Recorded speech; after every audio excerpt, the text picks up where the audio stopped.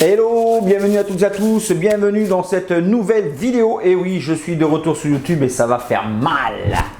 Et oui, aujourd'hui je vais vous proposer le remplacement de roulement arrière sur une BMW 530 GT qui est sur le pont. Alors bon, je vais être honnête avec vous, j'en ai jamais fait, franchement. Je sais changer des roulements, mais j'ai jamais fait de roulement à l'arrière sur les BM. Je me refusais toujours à le faire parce que, vous savez, il y a les cardans et tout. Bon, ça, voilà, c'est un peu du sport, on va dire. Donc là, on va se retrouver tous ensemble devant cette super vidéo dirigée par le grand Spielberg de la vidéo automobile. Non, je déconne. Donc du coup, voilà, on va faire ça ensemble. Et qu'est-ce que je voulais dire? On va voir comment ça se passait. Donc cette BM, il y a les deux roulements arrière à faire. Donc là, vous prenez la roue, elle bouge comme ça. Il y a la pipe d'eau qui fuit sur la culasse. Et on a également la pompe à eau qui fuit à remplacer également. Donc ça fait quand même pas mal de taf. Donc on va faire tout ça ensemble. Et on va essayer de faire une vidéo un petit peu constructive. Tout comme vos commentaires qui me font plaisir. Puis d'autres, je ne sais pas ce qu'ils font. Donc directement je les zappe, vous connaissez.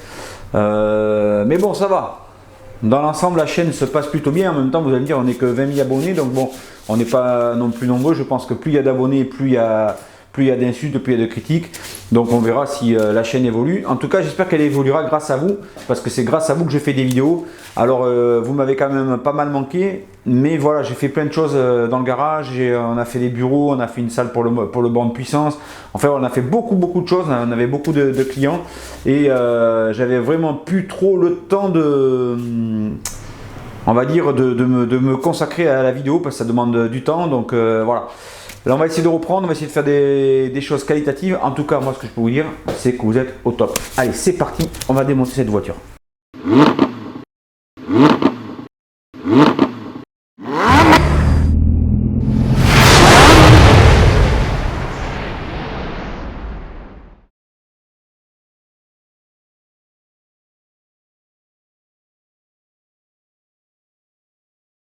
Et bien évidemment, n'oubliez pas de vous abonner, de liker et de partager mes vidéos. On se retrouve dans les méandres de l'atelier. Donc tu as vu carré méca, si tu regardes la vidéo, j'ai rangé un petit peu quand même. On essaie de faire comme on peut quand on est tout seul. Je viendrai te voir un de ces quatre, histoire qu'on discute un petit peu, qu'on bavarde. Et voilà le bébé. Donc du coup, on va se positionner. Chep. Donc voilà, je vais démonter la roue. Ça, tout le monde sait faire. Je vais pas vous faire une vidéo sur le démontage de la roue. Et après, on va aller attaquer le roulement arrière droit. C'est parti, let's go. Là, je ne filme pas le démontage de la roue, vous comprendrez bien, les gars. Et on va économiser de la péloche. Je viens d'enlever la roue. On va se retrouver donc du coup sur l'essieu arrière. Voilà, donc ici, on reconnaît très bien le disque de frein, l'étrier de frein, les plaquettes. Donc je vais appeler. Hop. Alors lui, ça s'allume quand ça veut, cette merde là. Bon, enfin bref. Je vais appeler le client pour dire que ces plaquettes sont quasiment à la limite. Derrière, on est presque au témoin d'usure. Je vais déjà enlever le disque, l'étrier de frein, support d'étrier. Je vais enlever l'écrou central. Et après, on va déjà voir ce que ça donne. La lumière est revenue. Aziz, lumière. Aziz, lumière. Aziz, lumière. Bien. Et puis voilà, là, on reconnaît ici les coussins d'air que je lui ai remplacés à ce client. Voilà. Donc on va commencer à démonter la partie mécanique et on va voir ce qu'on peut faire, si c'est assez chiant à faire ou pas, parce que comme je vous disais tout à l'heure, je n'en ai jamais fait. Et donc là, c'est le coup et l'occasion qu'on soit ensemble pour cette opération. Allez, c'est parti, let's go! Donc déjà, pour commencer l'opération, ce que je vais faire, je vais défaire carrément l'étrier de frein. Donc je m'assure que le frein de parking électrique ne soit pas serré. Donc là on est bien. Je vais enlever le ressort qui est là et je vais dévisser les deux vis, les deux coulisseaux pour pouvoir sortir l'étrier. Après je vais sortir les plaquettes, les disques de frein, sortir l'écrou central de cardan et déjà on y verra plus clair je pense d'ici une demi-heure pour quart d'heure. Allez, c'est parti.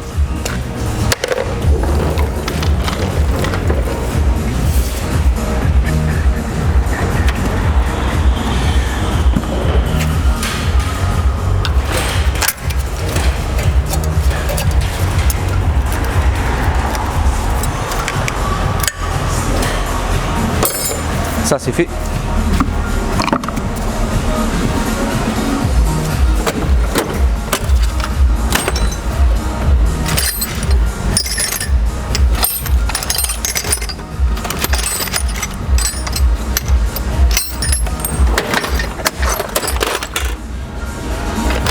Normalement je prends celle-là. On va aller voir si ça va. Ah nickel, top moumoute. C'est top moumoute. Inani nanana. Allez, c'est parti. Alors évidemment, attention en dévissant les coulisseaux d'étrier à pas allumer le coussin. Parce qu'on passe près. Et au plus haut ça vaut.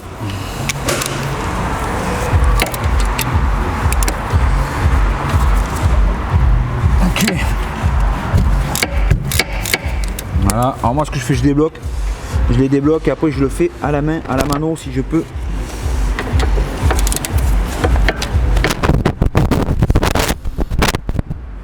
Ok, celui-ci est cassé ça à mon avis.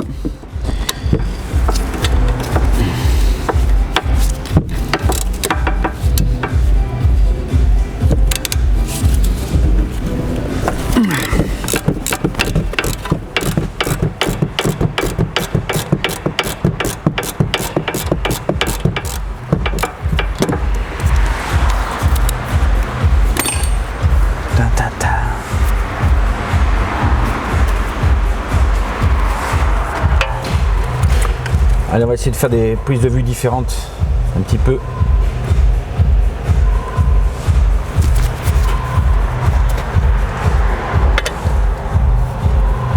Bon, vous voyez, le coulisseau il est ici.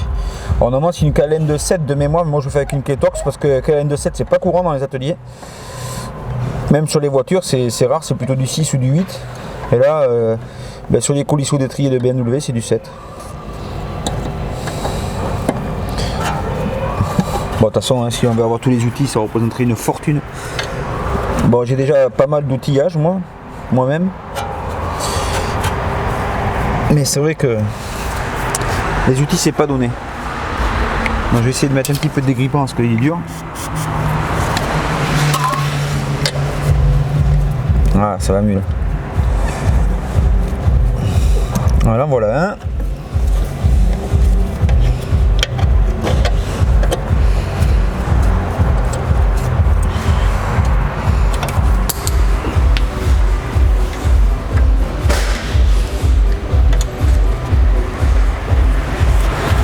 Bon, tant qu'on est sur la voiture du client, on va contrôler tout ce qui est flexible de frein, plaquettes de frein, disques, usure. On va regarder un petit peu l'état général du véhicule de façon à ce que notre client, quand il reprend sa voiture, voilà, qu'il n'ait pas de souci à se dire ouais machin, est-ce que tout va bien, parce que bon, ça c'est un client qui fait beaucoup de routes, c'est un représentant. Donc voilà, on ne doit pas laisser notre client en bord de route en panne en fait, parce que déjà ça lui crée du stress. Alors il a le stress du boulot, le stress de la route avec tous les radars et tout ça, toute la répression qu'on a, et du coup si on lui rajoute du stress parce que sa voiture peut tomber en panne ou qu'on n'a pas tout regardé ou machin, voilà, il faut que notre client soit serein quand il part de l'atelier en fait. Après je dis pas que ça arrive pas à des retours, ça arrive, il n'y a que celui qui fait rien qui fait pas de bêtises, mais on essaye d'éviter au maximum les retours, déjà d'une part parce que vous perdez de l'argent quand une voiture revient, parce que vous retravaillez gratuitement dessus. Donc il est important de travailler correctement dès le début. Donc là je vais défaire ici le témoin d'usure. Hop. Voilà, pour pas le casser. De toute façon si on change les plaquettes on va changer les témoins d'usure avec, dans tous les cas. Et on sort un étrier de frein en faisant levier avec le tournevis. Alors, on va voir l'état général des plaquettes en même temps.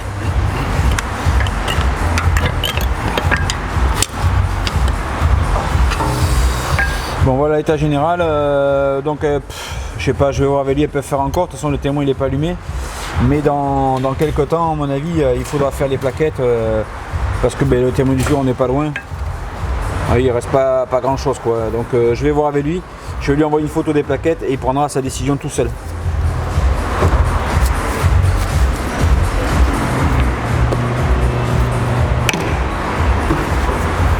Donc là on a démonté l'étrier de frein, maintenant je vais attaquer le support d'étrier qui est là avec une clé de 18 je crois.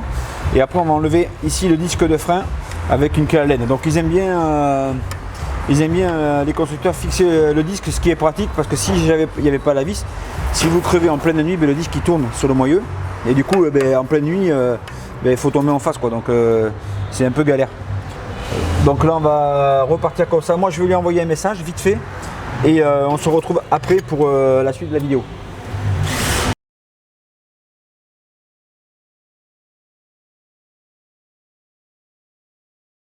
Donc voilà les amis, j'ai envoyé le petit message à mon client pour lui signifier que les plaquettes étaient mortes. Je lui ai envoyé une photo comme ça, il peut pas dire que voilà.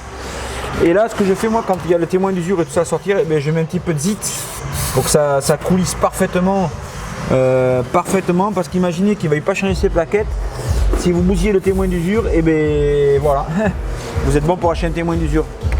Et un témoin d'usure sur une BM c'est pas donné, donc il vaut mieux être prévoyant et faire les choses bien pour s'éviter un maximum les ennuis avec les clients. Malheureusement ça peut arriver parfois d'avoir quelques problèmes, mais bon, faut éviter quoi, au maximum. Comme ça vous fidélisez votre clientèle. Je n'ai pas besoin de vous le dire de toute façon. Voilà, donc le témoin d'usure, je vous montre où il vient se brancher. Voilà, le témoin d'usure vient se brancher là-dedans. Donc vous voyez, je mets un petit peu de dégrippant sur mes caoutchoucs.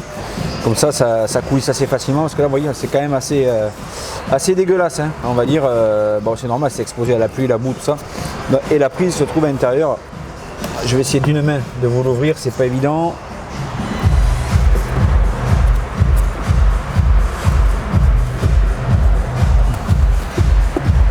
Il y a plein de merde, vous voyez. Alors ça, vous pouvez avoir des faux contacts par exemple. Donc quand vous faites des plaquettes, vous nettoyez tout le système. Comme ça, vous êtes tranquille. Bon, je vais l'ouvrir avec les deux mains du coup, parce qu'avec une seule main, je peux pas l'ouvrir. Attention. Tadam! Alors comment voulez-vous ne pas avoir de problème sur les voitures? Donc là, vous avez la prise de l'ABS et la prise du témoin d'usure. Donc là, bien souvent sur les véhicules, quand vous avez un problème d'ABS, il faut déjà commencer par regarder par ça, enfin peu importe. Il faut commencer par ça et les nettoyer, mettre du nettoyant en contact, donc c'est ce qu'on fera tout à l'heure au remontage.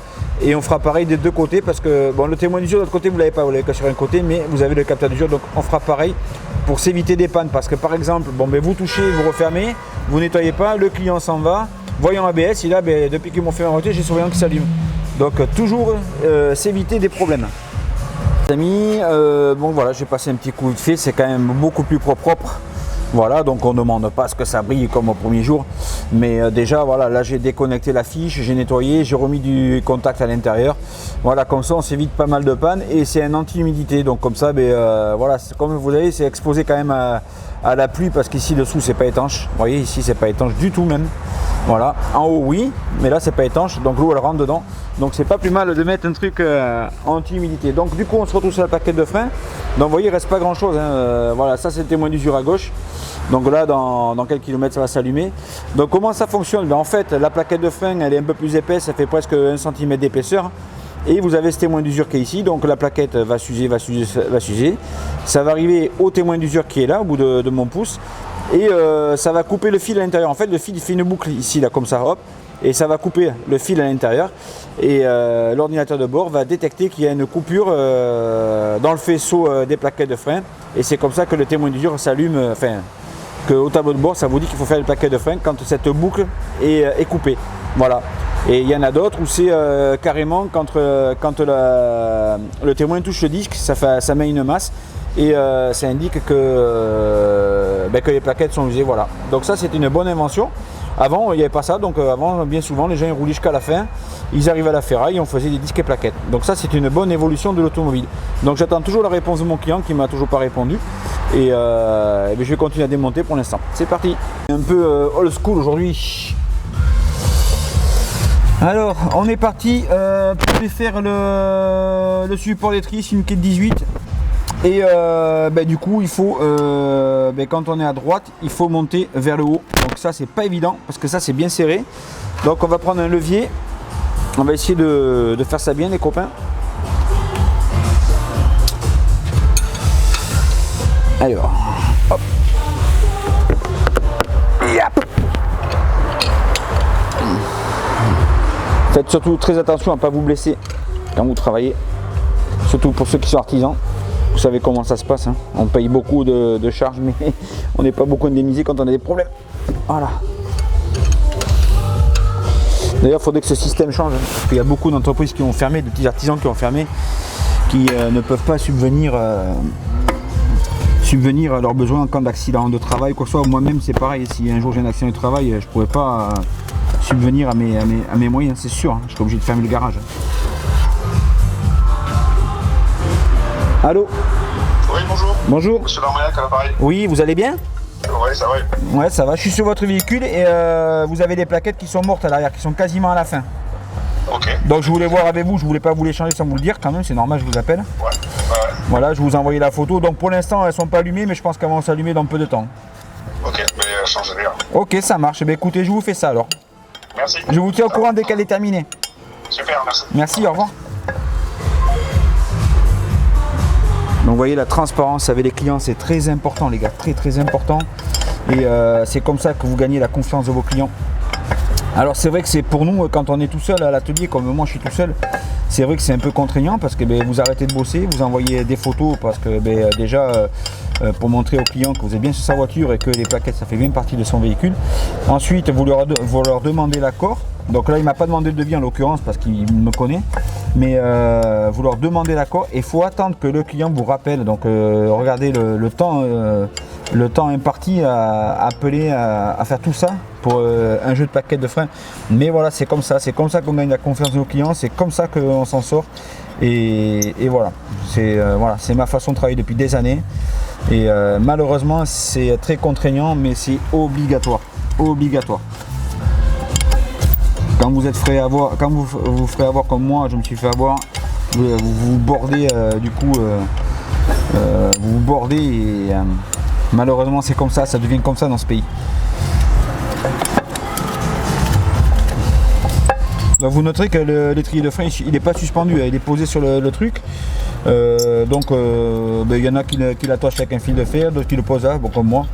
Et moi je le pose là parce que je trouve que c'est plus pratique.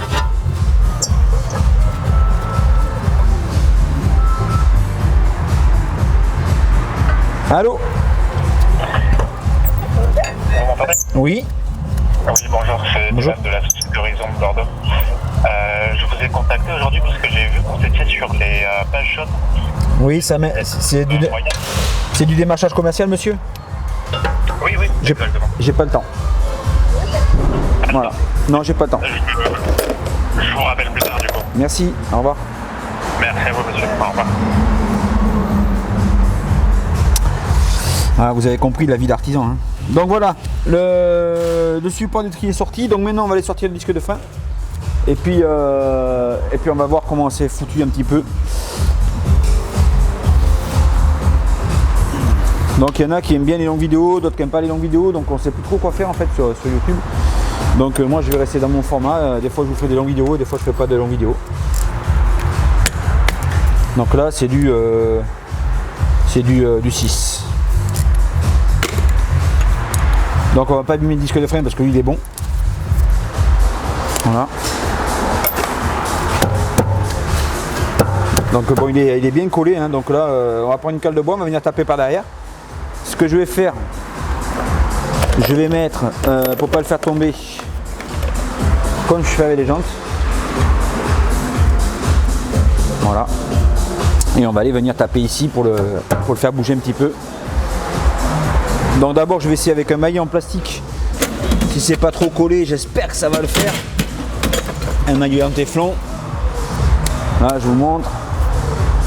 Voilà. Et on va essayer de venir tapoter. Le faire vibrer.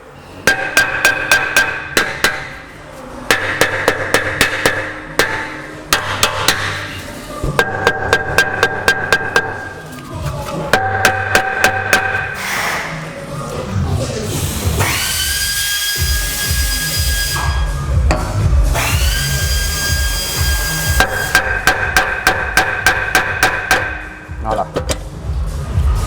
Et alors, là-dessus, de mémoire, Ouais, sur ce modèle-là, il y a encore les mâchoires à l'intérieur. Donc, c'est-à-dire que c'est comme un peu comme les Scénic. C'est un boîtier qui est grand comme ça et qui tient des câbles de frein à main. Donc, il se peut que quand le disque ne sorte pas, eh bien, ça cause des mâchoires qui y a à l'intérieur. Donc, il faut le dérégler par un trou de goujon. Il faut les refaire venir à zéro, comme on dit dans le jargon. Et après, il faut penser à les régler. Elles sont là, lui, je lui ferai un réglage, à mon avis. Voilà, vous voyez les mâchoires de frein. Voilà. Et elles viennent ici. Elles viennent ici s'appuyer ici et c'est ce qui fait le frein à main en fait. Alors que maintenant les nouvelles BM c'est carrément sur les plaquettes. Et d'ailleurs c'est mieux parce que là en termes de budget vous avez les mâchoires à faire, les plaquettes.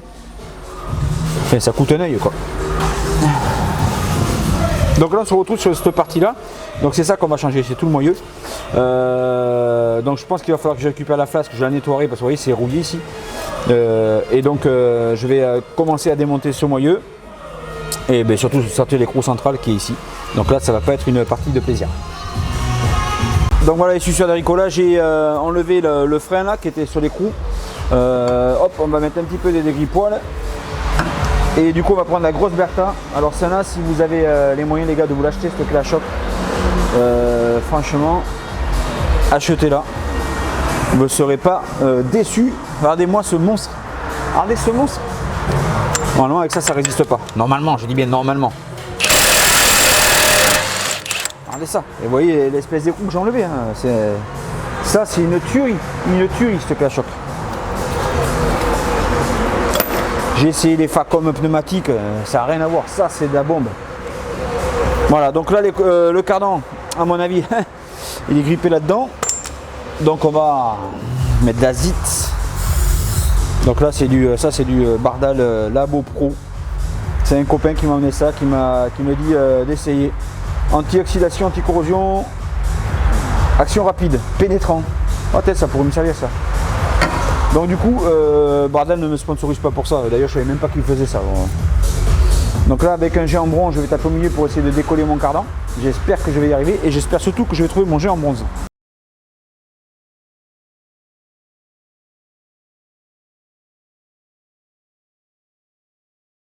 Tac.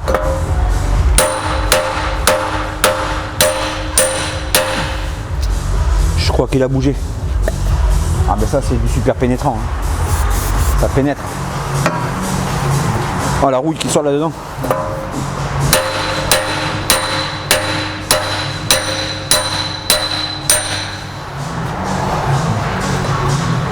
Après mon médecin me dit c'est du sport votre boulot. Mon ostéopathe. Je suis vrai. C'est rien de le dire mon copain. Voilà. Donc là j'ai fait re-rentrer. Il n'est pas très libre. Bon de toute façon je peux pas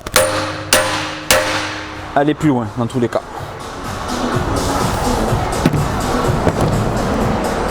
Je vous montre. Le marteau, il n'y a que ça de vrai les gars. Voilà comment ça se présente. Donc là j'ai rentré, bon, j'arrive au maximum, je ne peux pas aller plus loin. Et là je vais essayer avec un gros chasse-goupille de venir taper au milieu. De façon à ce que, vous voyez, ça bouge bien, que je ne passe pas chier à sortir tout ça là. Allez c'est parti.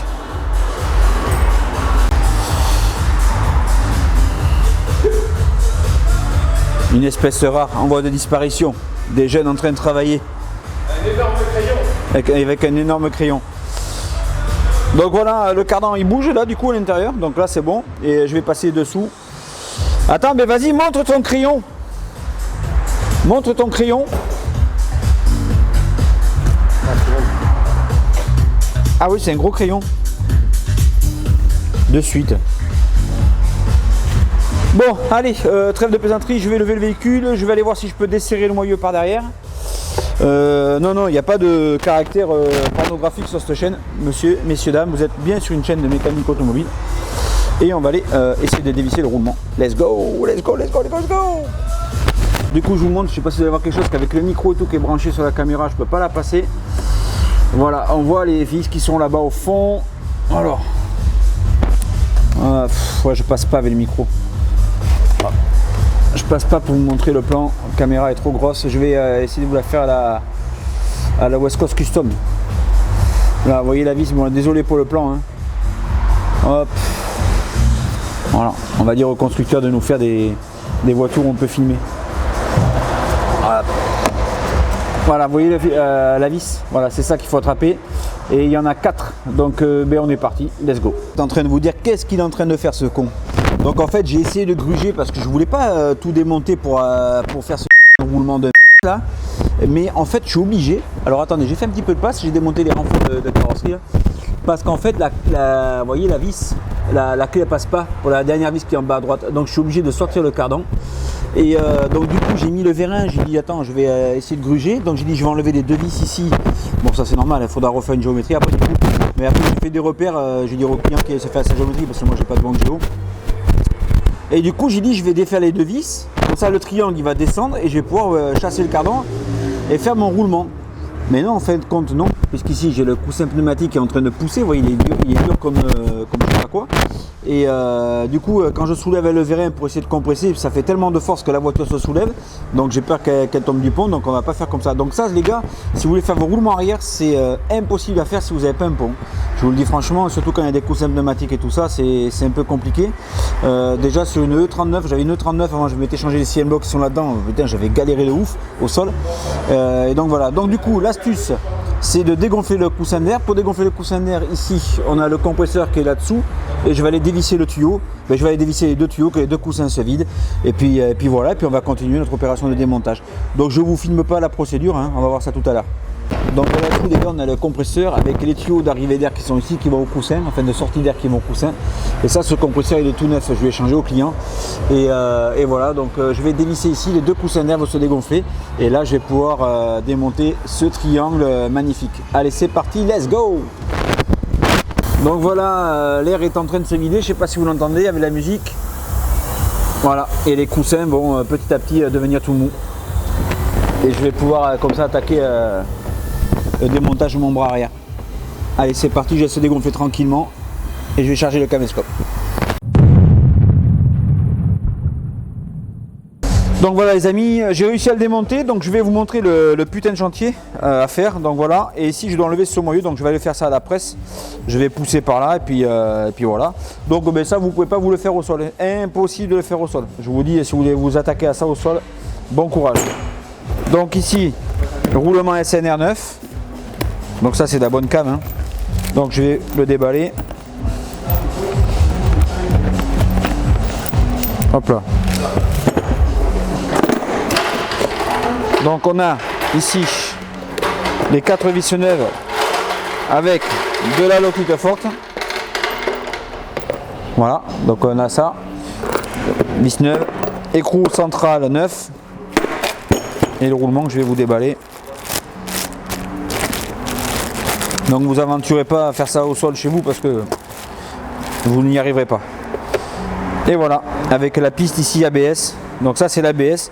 Autant vous dire que si vous foutez un pet là-dessus, quand vous remontez votre roulement, c'est sayonara, vous pouvez changer le roulement.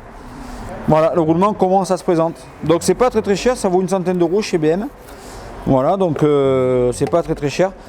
Par contre, je m'étais en train de me dire pourquoi ils ont vissé par derrière comme ça et pas directement par devant, parce que pour attraper les vis par derrière avec le cardan c'est un peu le bordel. Et en fait tout simplement parce qu'ici le moyeu, enfin la fusée est en alu. Donc si on fait un pas de vis dans l'alu, à force l'alu va se bouffer et donc ça ne tiendra pas. Donc ils ont pris l'option de faire les pas de vis là-dedans, que ça c'est en acier. Voilà un petit peu le bise. Donc je vous montre que j'en ai chié.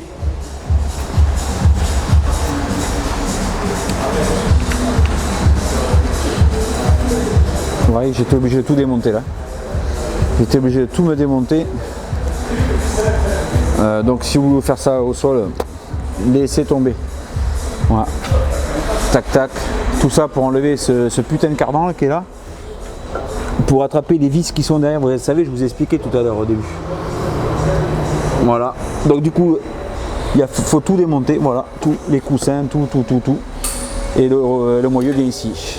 Voilà, donc là je vais nettoyer toute cette partie là, on voit qu'il y a du gras et de la merde, donc je vais tout nettoyer. Le capteur ABS est ici, au bout de mon doigt, et mais ça c'est les mâchoires de frein. Donc j'aurais pu démonter tout le système, mais ce qui me fait chier en fait c'est de démonter le câble de frein à main. Ça me faisait chier de démonter les mâchoires et tout pour faire ça, mais je crois que de l'autre côté je vais faire comme ça. Allez, ben c'est parti, je vais nettoyer, je vais changer le moyeu je vais le mettre sur le roulement et let's go. On se retrouve dans la salle moteur, du coup parce que c'est là où j'ai ma presse. Donc ici je vais venir coincer mon moyeu là, mon moyeu roulement, enfin mon roulement, ou je sais pas comment vous appelez ça, normalement c'est ça le moyeu, mais enfin c'est l'ensemble. Donc du coup je vais venir coincer ça dans la presse et pousser au milieu ici avec une grosse douille ou un truc comme ça, et après on remboîtera le roulement là dedans. Donc c'est parti, let's go. Ça de la grande technologie. Donc là je vais venir pousser avec une douille. Donc il y en a qui travaillent chez des concessions qui vont dire ouais faut mettre la truc de protection au cas où que la douille elle part, que ça éclate machin. Écoute, ça fait des années que je fais comme ça, j'ai jamais vu une douille éclater, donc aujourd'hui que ça va commencer. Donc voilà, donc là on a un appui et là je vais mettre la petite. Et là je vais pousser, continuer à pousser. Donc là on était à 4 tonnes. Voilà, là c'est en train de venir tranquillement, gentiment.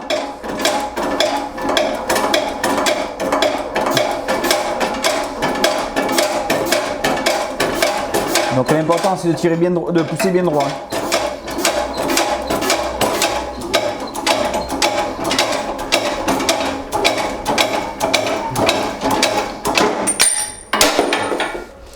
Voilà, ça se présente comme ça une fois fini. Donc j'aurais bien voulu, ça c'est des billes pour les enfants quand on était petit, hein. J'aurais bien voulu que la cage ici vienne avec le roulement, mais bon c'est pas venu avec. Donc là je vais mettre un petit coup de disqueuse, un petit coup de burin bien placé, ça va casser la cage et après je pourrai la sortir et je pourrai remboîter ça dans mon nouveau roulement. Allez, j'ai été nettoyer mon moyeu, voilà. Ici j'ai réussi à extraire la cage, le bout de cage qui était là. J'ai tout nettoyé derrière pour que ça soit propre. Et là j'ai mis léger de la graisse pour m'aider à rentrer le roulement dans le moyeu. Donc je vous montre. Donc on va venir mettre comme ça, tac. Et après on va pousser droit pour pouvoir emboîter le moyeu jusqu'au fond du roulement, jusqu'à là. Et du coup on sera bien comme il faut. C'est parti.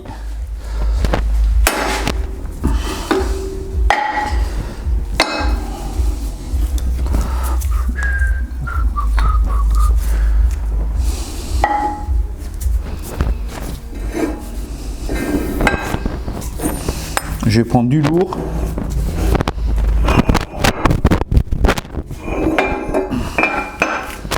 Voilà, comme ça c'est bien droit ça. Et je vais venir ici. Voilà, donc faites bien attention à faire partir droit. Voilà, vous ne précipitez pas pour faire cette opération.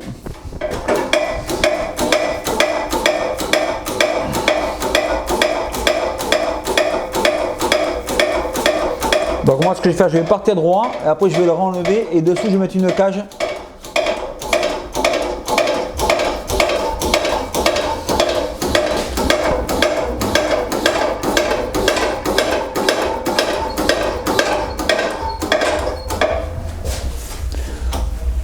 Donc on m'a l'air pas mal là.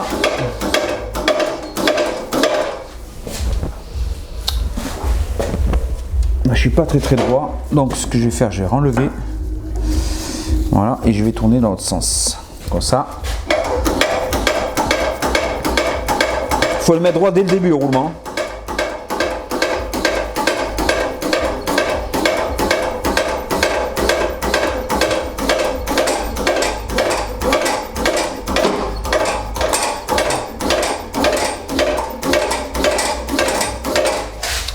Et là c'est bon, je suis droit.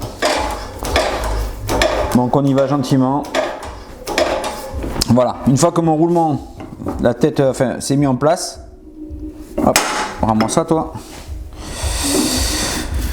Je vais ici même mettre un support là pour éviter de bousiller ma truc ABS.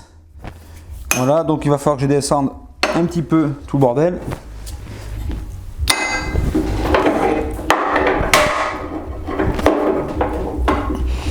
Voilà.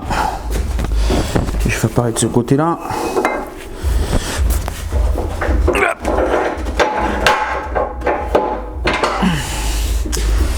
Voilà, et du coup, on va venir pousser. Alors, tac. On s'assure bien qu'on est bien sur la cage. Voilà, là on est parfait. Et du coup, tac. Je vais mettre en grande vitesse. Comme ça, je ne me prends pas la tête. Et normalement, pour pas me faire chier, pour être bien droit, je mets une autre plaque par-dessus. Comme ça, vous voyez, c'est bien à plat. Et je pousse tout mon système, tout en vérifiant dessous que ma cage ne bouge pas. Et on y va doucement.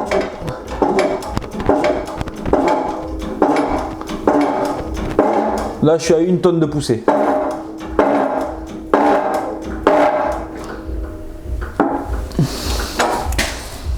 Mettre petite vitesse pour bien mettre mon roulement. Je vais jusqu'à 5 tonnes maximum. Et je relâche la pression. Et là, ici, je relève mes plaques. Et je m'assure que mon roulement tourne bien avant de remonter sur le véhicule. Voilà. Et là, on est parfait. On n'a pas abîmé ici la bague pour le capteur ABS. Et surtout, on n'a pas déboîté ici la bague du roulement. Merde. Qui s'est déboîté comme là. Voilà. Donc là, on peut dire qu'on a fait un montage parfait. Allez, on est parti. On va monter ça sur la voiture. Ça c'est remonté du coup, c'est resserré, machin, là je vais le freiner. J'ai resserré le moyeu derrière le roulement là, ici vous voyez les vis. Donc là l'autre côté je vais chauffer pour les enlever. Là j'ai voulu le faire sans chauffer mais c'est... Enfin j'ai réussi mais vraiment je me suis fait vraiment chier quoi. Et du coup là j'ai pas les plaquettes, j'ai pas le témoin d'ISO pour les plaquettes de frein donc je peux pas remonter ce soir. Mais je vais déjà remettre le disque, le support d'étrier, puis on attendra les pièces demain. Là je vais rebrancher je vais reconnecter le correcteur d'assiette. Et puis voilà, ce côté sera fini. Donc je pense que le client va être très content de retrouver une voiture silencieuse parce que c'était un enfer cette voiture. Prenez l'écrou central du cardan.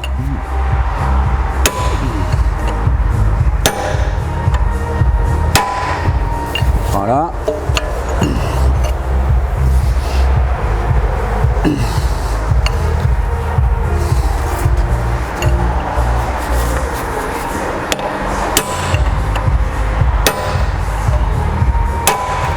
Et voilà, je vous montre.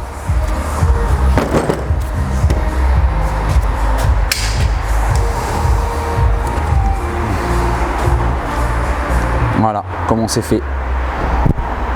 Allez, je vais remonter support d'étrier, je vais le nettoyer, je vais remonter le disque de frein, je vais passer un petit couteau à l'émery sur les mâchoires, remonter le correcteur d'assiette et voilà, il me tarde demain de recevoir tous les freins de ça pour pouvoir la remonter. Et après je rebrancherai le compresseur qui relève la voiture. Bon les amis, nous allons continuer cette BMW avec après une bonne nuit de sommeil et courte nuit de sommeil. On se retrouve du coup sur l'autre côté. Donc j'ai reçu mes plaquettes de frein, ça y est, enfin. 24 heures pour arranger les plaquettes en France, c'est bien. Moi j'ai dit que tout va bien dans ce pays. Voilà. Donc c'est pas comme si on n'avait pas qui roulait des BMW. Enfin on va pas refaire le monde. Donc du coup, ici regardez bien. Voilà comment le client roulait. Donc voilà. Je sais pas si vous entendez le bruit. Voilà. Donc là évidemment ça commençait à être urgent de faire les roulements arrière. Donc l'autre faisait du bruit mais celui-là bon voilà, il n'y a pas d'ambiguïté possible là-dessus. Donc je vais démonter la roue, je vais sortir le disque et tout ça. De toute façon cette opération là je ne vais pas vous la filmer parce que vous avez déjà vu l'autre côté. Donc on se retrouve tout à l'heure pour la vidéo pour le remplacement de la pipe d'eau et de la pompe à eau. Allez, à tout à l'heure et portez-vous bien. Les suceurs de Ricola, on est de retour sur la 530 GT, j'ai fini les roulements arrière, j'ai fait les plaquettes du coup. Et là on va les faire à la fuite d'eau, donc on va remplacer la pompe à eau qui fuit. Et on va remplacer également la pipe d'eau qui se trouve sous le collecteur d'admission. Donc je sais pas, je vais peut-être essayer de trouver une astuce pour éviter de démonter le collecteur d'admission parce que c'est un chantier là-dessus. Et si on peut pas, dans ce cas-là, il faudra que je démonte le collecteur d'admission pour pouvoir aller changer la pipe d'eau qui se trouve dessus. Allez, on est parti, go!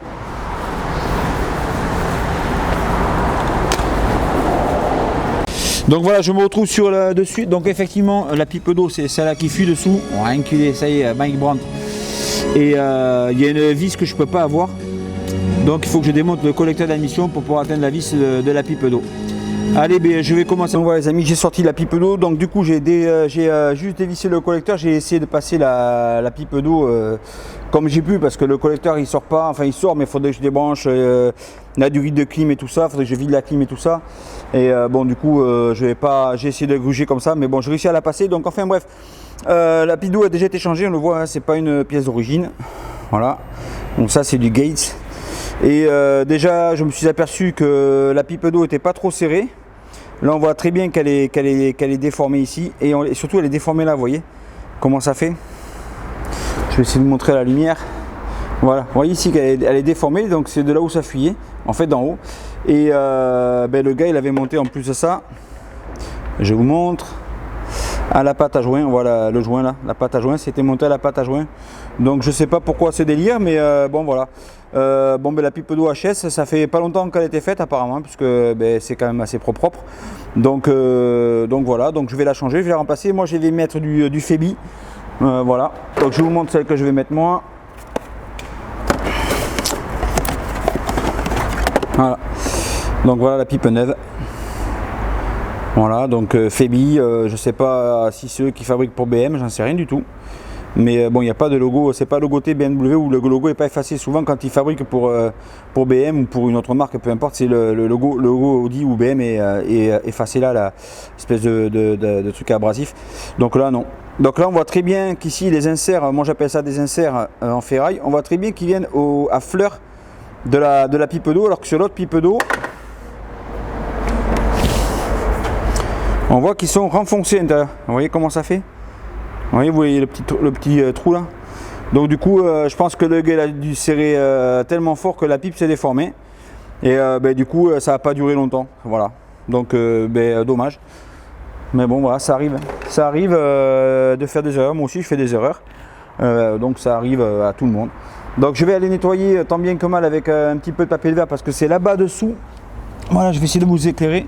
Là, vous voyez le trou dans la culasse. Donc entre le filtre à huile, vous voyez, il y a plein de pâte à joint. Donc je vais enlever tout ça. Et après, on va remonter de la pipe d'eau neuve sans pâte à joint. C'est parti. Et les amis, du coup j'ai remplacé la pipe d'eau, j'ai tout remonté, le collecteur d'admission et tout ça. Donc bon, mais c'est pas compliqué en soi. Vous remontez dans le sens inverse, vous avez démonté. Il me reste le filtre à air qui est là dans le trou et la pompe à eau. Surtout là, ça va être bien galère parce qu'il faut que je démonte, tout le devant là pour avoir accès à la pompe à eau qui est derrière. Enfin bref, c'est pas grave. Alors je voulais finir cette voiture ce soir, mais vu l'heure qu'il est, je crois que ça va être un peu râpé. Enfin, je vais commencer à démonter. Et comme ça demain matin on arrive à faire la pompe à eau parce que je vais vers 17h. Donc il faut que je fasse la pompe à eau, que j'aille l'essayer après les roulements, les plaquettes, il faut que je fasse tous les remises à zéro, il faut que je purge les circuits de refroidissement. Donc il me reste encore un peu de taf et après j'ai cette Audi là-bas à faire, j'ai l'embrayage à même le faire. Donc on va le faire. Alors les amis, l'heure est grave. Parce que là il y a du... Je vais essayer de vous montrer la belle. Pour aller faire la pompe à eau. Donc je vais je sais pas comment je vais faire. De toute façon, bon, il faut que je sorte le roufle avec le motoventilateur. Il faut que je sorte ici la face avant, enfin un bout de la face avant pour avoir accès à la pompe à eau pour aller travailler tranquillement. Donc pour ce faire, une vis là, une vis là-bas, pareil de l'autre côté. Ici la traverse où il y a des vis, il faut enlever tous les plastiques là ici. Et let's go. Donc ce que je vais faire, je vais attaquer. Et demain matin je ferai la pompe à eau du coup. Voilà, je pense que c'est la meilleure solution. Et puis voilà quoi. Allez, on se retrouve tout à l'heure pour la suite de la vidéo. Donc voilà les amis, je vous montre ici le ventilateur qu'on va sortir. Donc j'ai sorti la barre qui venait ici là. Donc là on va sortir le ventilateur avec le roufle et on va pouvoir avoir accès à la pompe à eau qui est derrière l'espèce de mousse là, un truc anti-bruit et on va remplacer cette dernière. C'est parti. Ça y est, j'ai tout démonté là, j'ai sorti le roufle, le ventilo. Et voilà, là on voit ici, on aperçoit au bout de mon doigt. Je ne sais pas si vous la voyez, je vais essayer de passer. Voilà, la pompe à eau elle est là. Voilà, donc elle est d'origine, elle n'a jamais été faite. Elle fuit un petit peu. et surtout elle fait du bruit, donc on va remplacer tout ça et puis voilà, on fera ça demain matin. Allez, à demain, bonne nuit à tous, ciao ciao. Hello les amis, welcome, bienvenue après cette nuit de sommeil. Nous nous retrouvons sur la 530 GT. Donc elle doit être prête ce soir, il faut que je m'affole parce qu'à midi je dois aller récupérer un véhicule à la carrosserie et la voiture est encore démontée. Donc là il faut vraiment que je m'affole. On est vendredi, donc voilà. Je vais démonter la pompe à eau, là je vais la démonter, je vais vous montrer après comment elle est faite. Et après on va regarder par rapport à la neuve si c'est identique pour pouvoir enfin la remonter et mettre ce beau moteur à tourner. Allez, je vais pas vous filmer le démontage parce que déjà il n'y a pas de place, vous voyez. Mais pour passer la caméra c'est un peu compliqué. Mais je vais vous expliquer où sont les vis et tout ça. C'est parti. Donc voilà, j'ai démonté ici la manchère qui vient là, qui est en filtre à air. Ici j'ai dévissé la vanne-gère, donc vous voyez maintenant ça bouge. Donc je vais l'extraire. Et comme ça on va pouvoir avoir accès à la pompe à eau qui est dessous. Donc je vais regarder, je crois que j'ai, oui c'est ça, j'ai la vanne-gère électrique à débrancher et j'ai un petit tuyau qui va sur l'électrovanne ici. Je disais, j'ai un électrovanne ici qui commande, qui pilote le volet de l'EGR qui est dessous, je vais vous montrer après. Donc on est parti, je démonte ça et on se retrouve après pour le détail de la vanne EGR. On se retrouve sur le système EGR, donc vous avez vu l'éclairage digne des plus grands cinéastes. Donc ici, comment ça fonctionne? Ici vous avez la vanne EGR qui s'ouvre ou se ferme, ça vous connaissez, qui est elle-même refroidie par le circuit d'eau qu'on voit ici, tac tac tac tac. Ici vous avez les gaz d'échappement qui passent par là, qui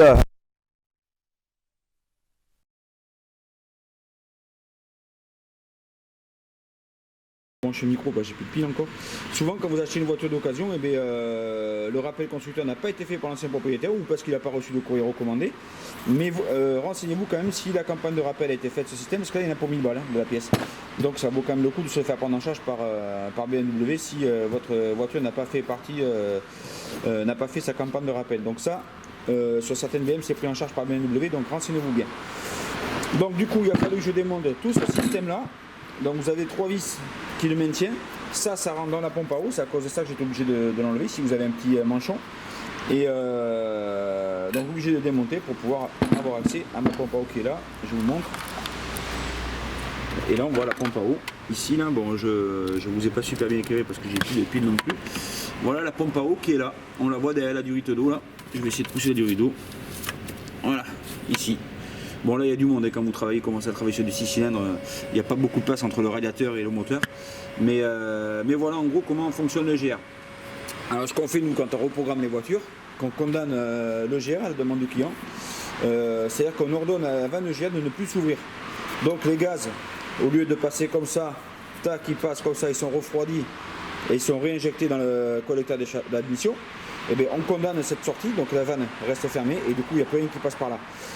Il faut savoir quand même que si votre refroidisseur EGR, ici refroidisseur des gaz d'échappement, est en panne, vous pouvez faire fondre votre collecteur. C'est pour ça que BM a fait des campagnes de rappel parce qu'ils ont eu des BM qui ont pris feu. Donc voilà. Parce que le collecteur fondé, ça faisait des gros trous à l'intérieur, enfin voilà. Et il y en a qui continuent à rouler parce que comme ils connaissent rien en mécanique, les pauvres, il faut bien qu'ils rentrent chez eux. Donc voilà, ce système-là a été pris en charge par BMW sur certaines BMW. Donc il faut bien vous renseigner auprès de votre constructeur concessionnaire local si la prise en charge a été faite. Par contre, si votre voiture a été reprogrammée, ne serait-ce même que pour un EGR off, ils ne vous prendront pas en garantie. Ils vont se décharger là-dessus alors qu'on sait très bien que ce problème-là ne vient pas de la reprogrammation. Ce problème vient du fait que ça, c'est pas au top. Voilà. Donc renseignez-vous auprès de votre concessionnaire. Voilà la pompe à eau. Donc le roulement fait bien du bruit, c'est bien ce que j'ai entendu. Et la fuite, c'est ici, vous voyez. Ça passe là, puis ça coule le long. Et on le voit ici, là. Hop. Donc voilà, ici il y a une fuite d'eau. Et ici vous avez le thermostat qu'on ne va pas remplacer parce qu'il fonctionne bien. Donc bon, j'entends déjà les détracteurs dire ouais, tant que c'est démonté, il faut le remplacer. Écoute, moi je suis pas pour changer des pièces si ça fonctionne bien. Donc voilà, pour l'instant le thermostat fonctionne bien, il n'y a pas de souci là-dessus particulier. Donc je ne vais pas le changer. Voilà. Après, si la critique est facile, essayez de faire des vidéos, de nous montrer ce que vous savez faire et puis on verra le niveau que vous avez. Donc ça c'était une petite parenthèse pour ceux qui m'envoient des petits messages bien sympathiques. Donc non, je ne vais pas changer de thermostat. Ensuite ici on voit que c'est les pipes d'eau, donc ça va falloir les récupérer pour les mettre sur la nouvelle pompe à eau. Et là je vais vous sortir la nouvelle pompe à eau pour savoir si c'est la même, tout simplement. Donc voilà la nouvelle pompe à eau. Donc désolé pour le son, mais j'ai plus de pile dans mes micros. Donc ça c'est le joint, un joint neuf. Voilà. Ici on a, hop. Voilà. Il manque un joint. On a encore un joint neuf. Donc il y a deux joints. Et le troisième joint et le quatrième, bon, il est déjà monté sur la pompe à eau. Donc voilà, on va déjà contrôler si la pompe à eau c'est la bonne. Alors on va les mettre comme ça. Bon, elles sont parfaitement identiques. C'est les mêmes. Et ensuite devant. Voilà, c'est la même pompe à eau. Donc voilà pourquoi on est obligé de démonter le système GR. Parce qu'il vient s'emboîter là-dedans, ce petit manchon là que vous avez là. Ce petit manchon et le système GR vient s'emboîter là. Donc on récupère le petit manchon. Voilà. Et on le remet à sa place. Ici. Voilà, parfait. Bon là je vais récupérer le thermostat. Pour le mettre sur cette pompe à eau. Donc ça fait un petit peu de manip quand même à faire. Donc du coup j'ai mis 5 minutes pour visser la pompe à eau. Pour enlever la pompe à eau, j'ai mis 5 minutes une fois que le GR était tombé. Donc voilà. Donc non, je me plains pas parce que j'entends encore dire ouais qu'est-ce qu'on a à faire, ça fait des heures facturées, machin. Non, moi je m'en fous, les heures facturées, c'est que je me dis que ça pourrait être moins coûteux pour les clients de faire des systèmes beaucoup plus simples. Donc bon, c'est vrai que sur un système, il n'y a pas trop de place pour placer les affaires.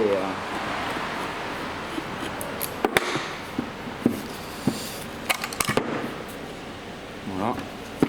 Donc ici, on va se mettre le joint tout neuf.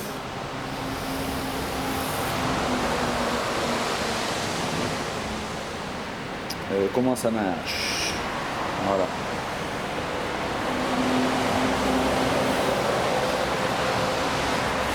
Voilà.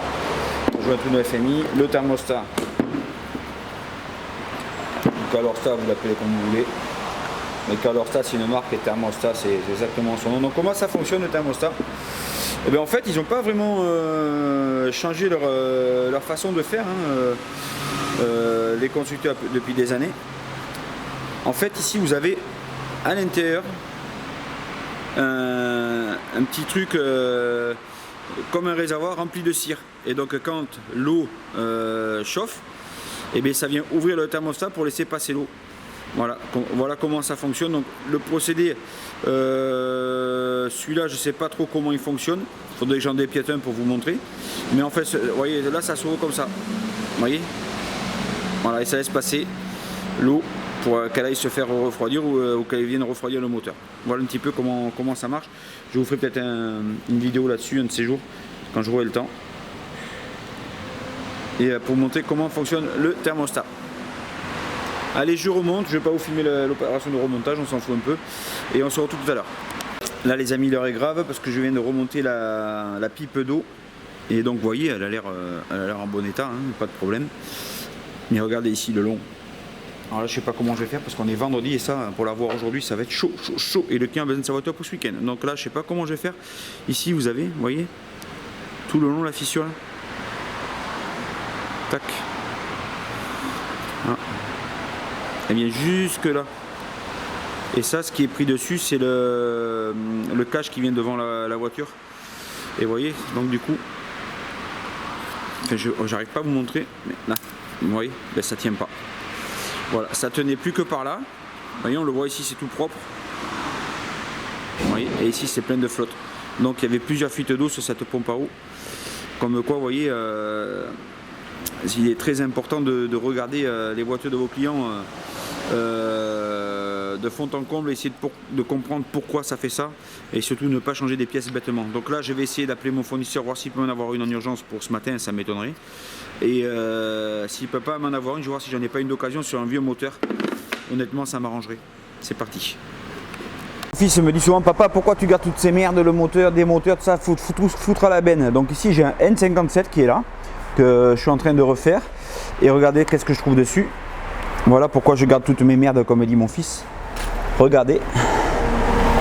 La petite pipe d'eau qui va bien. Donc là du coup c'est pas le même système, ici c'est des vis Torx, donc je vais aller chercher ma douille et je vais la démonter et regarder si c'est exactement le même, mais parce que là vous voyez ici c'est les anciennes générations de moteurs, et en fait là le trou il est dans le bloc au lieu d'être sur la pompe à eau. Donc j'espère que c'est la même parce que j'ai que celle-là et j'en ai pas 50. Allez let's go, c'est parti, je vais démonter ça. Je suis content, ça y va parfaitement, je vais pouvoir remonter ma pompe à eau. Et du coup le client va pouvoir voir sa voiture pour ce week-end. Ça me fait vraiment plaisir. Donc voilà mon fils, pourquoi je garde toutes mes vieilleries dans le garage. Bon en fait les amis, je suis dégoûté. La pipe d'eau c'est pas la bonne. C'est pas la bonne, je l'ai vu parce que j'avais remonté la pompe à eau, donc elle se montait là-dessus. J'ai remonté la pompe à eau sur le moteur et quand j'ai voulu brancher la douille d'eau, ben en fait nous il nous faut une sortie comme ça.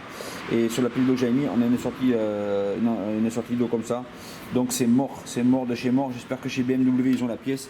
Sinon, sinon je sais pas comment je vais faire. J'ai une voiture, j'ai un X5 dehors, je vais voir si c'est la même en dernier recours.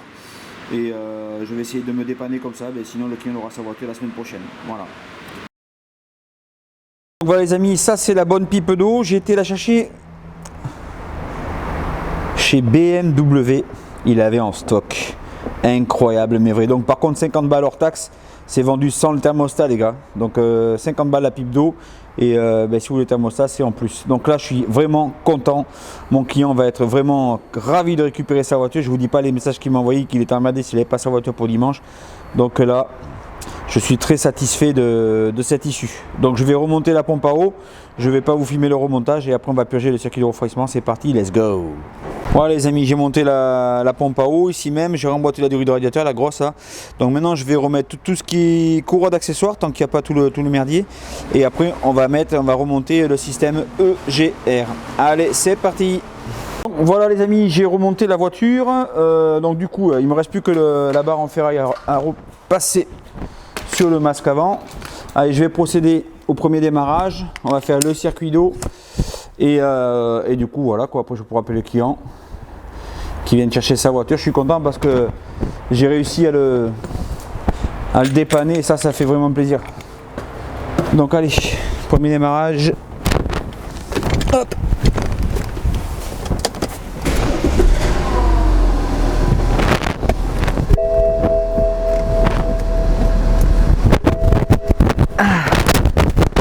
Allez, on va les laisser faire son circuit d'eau et pendant ça on va remonter tout le reste, les barres de renfort, tout ça, et je vais pouvoir l'appeler pour qu'il vienne la chercher quand elle se sera purgée. Allez c'est parti. Voilà les amis, on se retrouve sous la voiture, donc on peut s'apercevoir qu'il n'y a plus de fuite. Voilà, c'est parfait. Bon, les gouttes qui restent, quand je vais démonter, mais autrement c'est parfait, il n'y a plus de fuite d'eau comme avant. C'est nickel. Allez, d'ailleurs on voit ici la fuite d'eau qu'il y avait sur la pipe d'eau sur le bloc. Voilà, ici c'est tout rose, ça c'est qui le refroidissement. Donc voilà, je vais remonter tout le dessous et je vais pouvoir dire à mon client de venir chercher sa Gova. Voilà. Pour les réparations de ce véhicule, le client a dû débourser pour la pipe d'eau sous le collecteur d'admission 17,47 €. Pour la pompe à eau, 243,32 €. Pour les roulements arrière, 268,85 €. Pour le liquide de refroidissement, 46,20 €. Pour un joint, 14,82 €. Pour la pipe d'eau sur la pompe à eau, 49 €. Pour les plaquettes arrière, 205,75 €. Et enfin, pour le témoin d'usure, 37,20 €. Ce travail aura nécessité 15 heures de main d'œuvre. Et bien voilà les amis, vous avez vu sur cette vidéo, sur cette BMW 530 GT, comment on faisait les roulements arrière, comment on remplaçait la pipe d'eau qui se trouve sur la culasse sous le collecteur d'admission et comment on remplace la pompe à eau sur ce genre de véhicule. Je vous remercie à toutes et à tous d'avoir regardé cette vidéo. Je vous invite à liker, à partager un maximum nos vidéos. On se retrouve bientôt pour de nouvelles aventures. Salut, bye bye.